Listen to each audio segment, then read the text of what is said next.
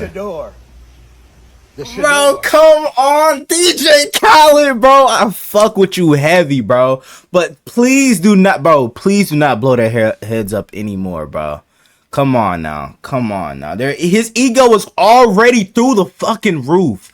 And now you doing this shit. This is gonna make it worse. Come on, bro. Yo, what's good, YouTube? Welcome back to the channel. Welcome back to another reaction video. We got this Deion and Shedeur Sanders news is out of control. Let's check this out.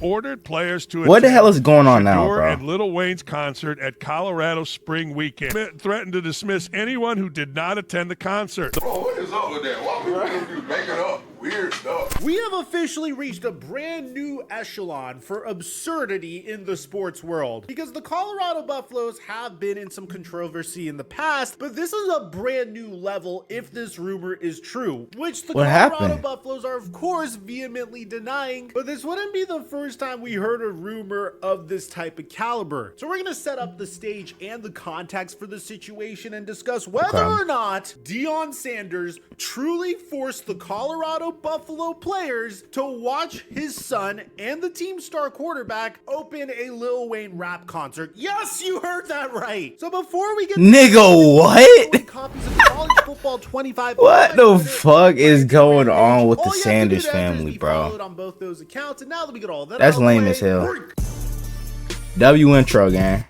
Colorado Buffaloes are no strangers to controversy, and this is primarily because of Deion Sanders' incredible ability to leverage social media to gain eyeballs on a program that people didn't really care about 2 years ago. And like him or hate him, you have to admit this has made the Colorado Buffaloes more popular. I don't think there's ever been a team in college football history that has gained this level of attention despite being one of the worst teams in the NCAA. And I think that in of itself is very, very unique about this team, because they only won 4 games this past year, but people can't stop consuming content about them because the situations this team gets he is Deion Sanders, Hall of Famer.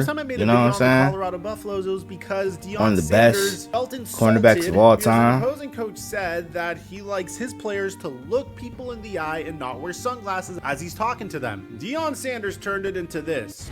Trying to get out here and be the best coach I could be, and I look up and I read some bull junk that Deion said about us. Why would you want to talk about us when we don't talk about nobody? All we do is go out here, work our butts open. But when they give us ammunition, they done messed around and made it what? It was just going to be a good game. They done messed around and made it personal. And this is just what Colorado's good at doing. I mean, Shedeur Sanders appeared on First Take and said this. You got to be a fool to do that. You got to be a fool to do that. You got his son playing quarterback and his other son playing safety. So it's like, come on now, you asking for it.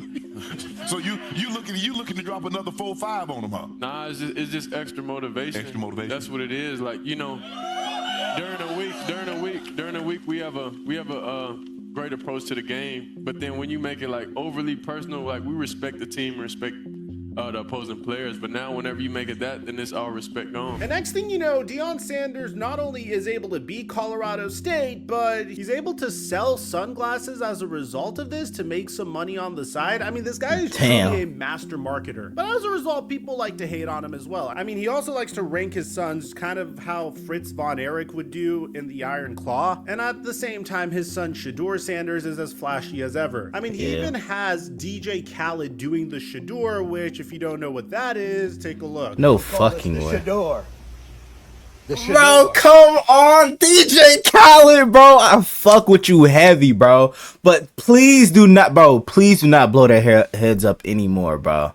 Come on now. Come on now. His ego was already through the fucking roof. And now you doing this shit. This is gonna make it worse. Come on, bro. Let's go. Come on, bro. Let's go golfing. Think it's a game? Win with us or watch us win. The Shedeur. We call it The Shedeur. But as a result, there's Oh some my bad press fucking coming gosh. out about Colorado, especially considering the lack of on-field success last year. And the Sanders family hasn't really looked so good in regards to the way they decided to handle this. Back in May, an article came out that did a deep dive on how Deion Sanders decided to move on from the previous Colorado Buffalo players. And for the most part, this article discussed how Deion Sanders didn't really have much of a conscience when he decided to move on from those players. And you have to understand, these are college athletes. These aren't professional football players. These are players that are clinging on to a dream. And of course, Deion Sanders wanted to come in and completely reset the culture. But as you would know, he would originally come in and give an interview about how the entire locker room was going to look different. You know why? Because I'm coming. I'm coming to restore, to replace, to re-energize some of y'all that are salvageable. I'm not going to lie. Everybody that sit their butt in the seat ain't going to have a seat when we get back. Damn. But I'm coming. And this article from the end of April, Yo, that's how we actually went about crazy, it, bro. And it wasn't necessarily Come on the now, best D. look. Chase Soul said that he didn't sugarcoat it. He was telling me, you're coming off of an injury. I don't think you'll be one of the guys we need to start this year. We need guys that are going to be ready to play now. This shit is crazy, bro. How you just gonna say that? Deion had this crazy roster makeover. I mean, 87 new players came in, which is unprecedented in college football. The former starting QB, Owen McCown, lamented the fact that rough season the year before Deion Sanders came here made them all get closer, but Deion Sanders kind of ruined all of that. But even Soul said, I don't think he was being a dick about it. I think he was just being straight up. Prove to me that you can play. Every day felt like a tryout. Soul thought he had to be perfect to gain approval. He wasn't himself, more stressed, more withdrawn. New coaching staffs can be disorienting for players because they don't know whom to trust. Soul's father grew up in Florida and revered Sanders, and Soul didn't want to disappoint his family by failing. He even said it felt like kind of a reality show, which is something that is consistent with Colorado University since the Sanders era began. Now, Soul would go ahead and transfer to Eastern Colorado University and would become their #1 wide receiver, and he's happier than ever. But Xavier Smith's story is much different, and this part went viral last time we made a video on this. He sat down with Deion Sanders, but he didn't even get a one-on-one. Defensive coordinator Charles Kelly brought Smith and safety Oki Salavia into the front office together. We sat on the sofa and he's talking to us, but he's not even looking at us. I'm looking Coach Kelly dead in his eyes. Sanders said he felt like I should hit the portal. He didn't want me to waste a year thinking I could earn a spot. I was actually getting mad, like tears coming to my eyes. Bro, that is fucked up, bro. Bro, come on, bro. I've lost all respect for Deion Sanders now. Come on, bro. This nigga, like, he is a basically still a kid at this point, bro. Niggas like, what, 18, 19, bro? You gonna talk to him like that?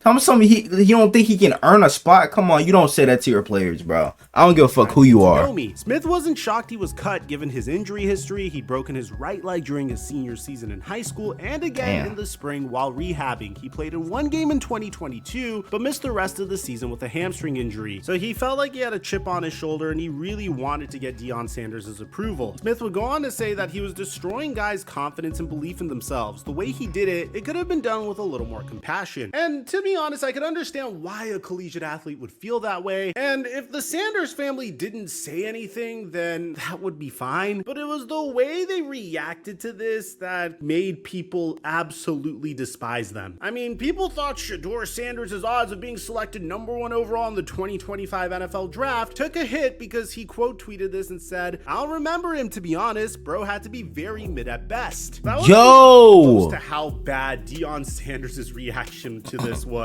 Because Deion Sanders would start talking trash about the players that played for him. This man would tweet one of the players that used to play for him, and Deion Sanders would quote tweet it and say, Lord Jesus. Someone would say, tell your son acting like he's the coldest out there, then put up a 4-8 season. Deion would respond saying, he'll be a top 5 pick. Where's your son? No, that ain't gonna lie, bro. This is a good ass comeback, bro. You told us he would be a top 5 pick. Where your son going? That is insane, bro. But come on now, Coach Prime.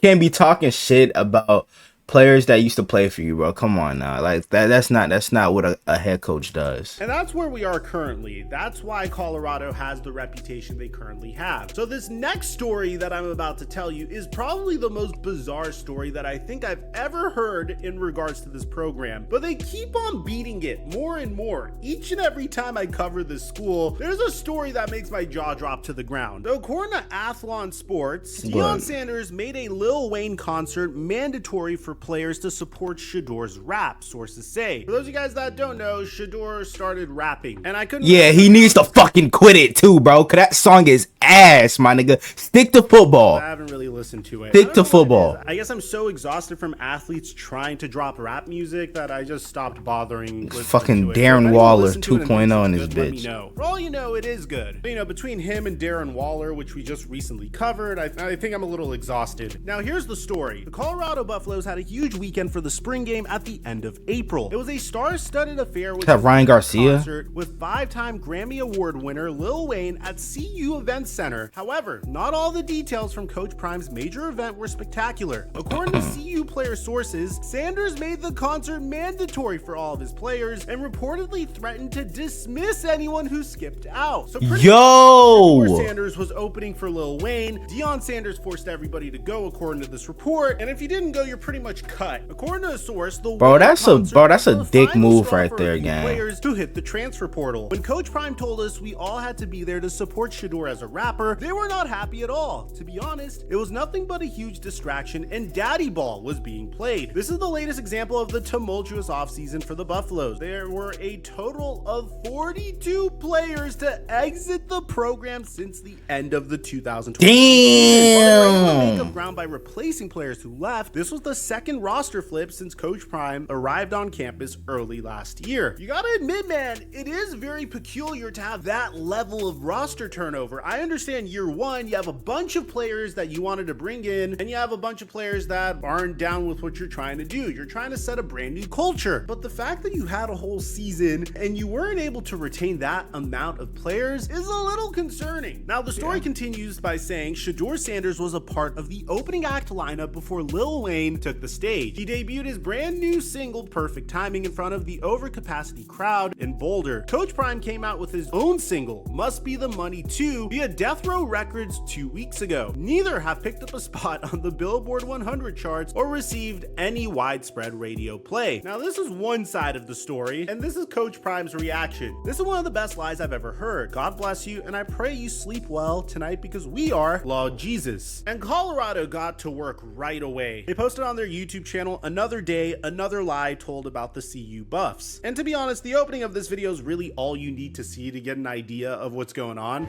Let me ask you a question, bro. I know you got a hard job, you know. How many people you had to discipline for not going to the concert?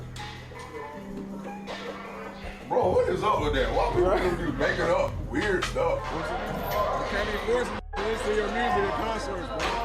Hey, bro, that's crazy because we didn't even know we was going to perform, bro. One of the top comments in this video mentions that the guy who wrote that article is Auburn alumni. CU and Auburn are currently in the hunt for 5-star QB Juju Lewis, who recently took an official visit to Auburn and has his last official visit this year coming up at CU. So maybe that's why there's a smear campaign. And if that is the case, then this is one of the most creative rumors I think I've ever heard. How do you even make up something of that sort? At the end of the day, this is a classic case of he said, she said. It depends on who you trust more. Regardless, if this rumor is true, it's absolutely insane, and this isn't the first or last controversy that we're gonna hear about Colorado. But I don't think it's even as close as to what the San Francisco 49ers are currently dealing with Brandon Ayuk. The man literally posted a video on TikTok saying his team doesn't want him anymore with Jaden Daniels. So are the San Francisco 49ers going to trade Brandon Ayuk? For real? So who to? Or are they going to get... Oh, I gotta check out the vid because I missed that vid yesterday, bro.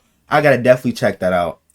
Oh my gosh. As much as Justin Jefferson just got paid. Imagine they trade him to the Commanders. Screen for you guys, and I'll catch you guys there. Aside from that, I'm your boy Mike, and I'm dropping our mic until our next upload. Hey man, bro, a lot of crazy stories happening in football right now, but about this Deion Sanders and Shedeur Sanders goddamn news and shit, bro. I've lost total respect for both of them. I really have. Yeah, like this shit is getting out of control. Their egos are getting way too high, bro. Like it is more than just football now to them, bro. Like, come on now. This shit is crazy. I hope you guys enjoyed. I want to know what you guys think down in the comments below. If you enjoyed, hope you guys, you know what I'm saying, hit that subscribe button. I'm saying join the fam for more NFL content like this, bro. I don't know what else to say, bro. Like that shit just completely ruined my mood and everything because, bro, how are you gonna, you know what I'm saying, put down players like that are like just getting their career started, bro, and are trying to make a name for themselves, get to the NFL and make a lot of money to put food on their family's table. Like that shit is crazy. But make sure you guys like, comment, subscribe to the channel. If you're new, turn on post notification, notify whenever I drop another banger video. We're on the road to 300 subs, so I'm gonna get there for more banger NFL content like this. Without further ado, I'm out. Gang.